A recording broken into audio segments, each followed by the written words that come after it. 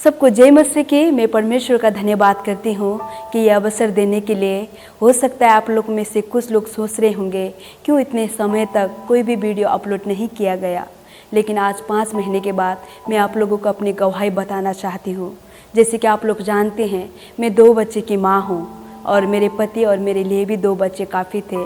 और इसी साल के अंत में हम परिवार नियोजन के लिए हम योजना बना रहे थे, उसके लिए हम तैयारी कर रहे थे।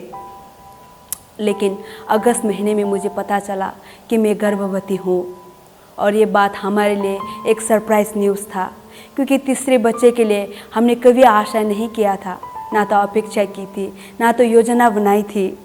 और ये 4 महीने में जो संघर्ष और चुनौती में होकर हम गए, उस बात को, उस विषय में मैं आप लोगों को शेयर करना चाहती हूँ।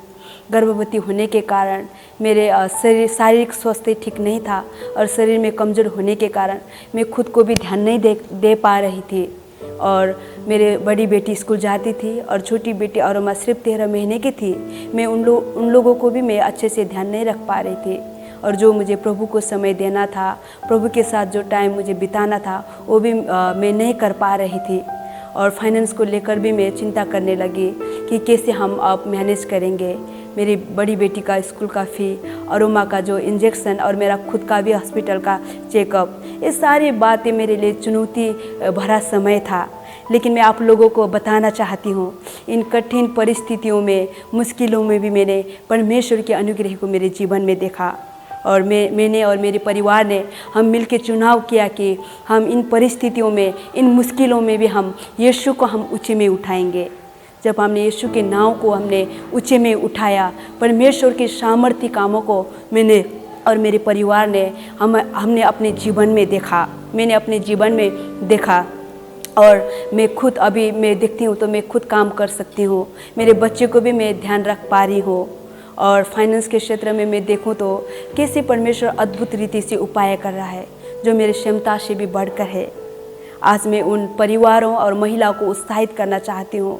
हो सकते आप लोग सोच रहे होंगे कि कैसे हमारे परिवार में, मेरे जीवन में ये क्या हुआ जो हमने कभी नहीं सोचा था, जो हमने कभी योजना नहीं बनाया था। जैसे लिखा है यिर्मयाह 29:11 में, यहोवा की ये बाणी है, जो कल्पनाएं मैं तुम्हारे विषय में करता हूँ उन्हें मैं जानता हूँ, वे हानि के लिए नहीं लेकिन कुशल ही की है। आमीन।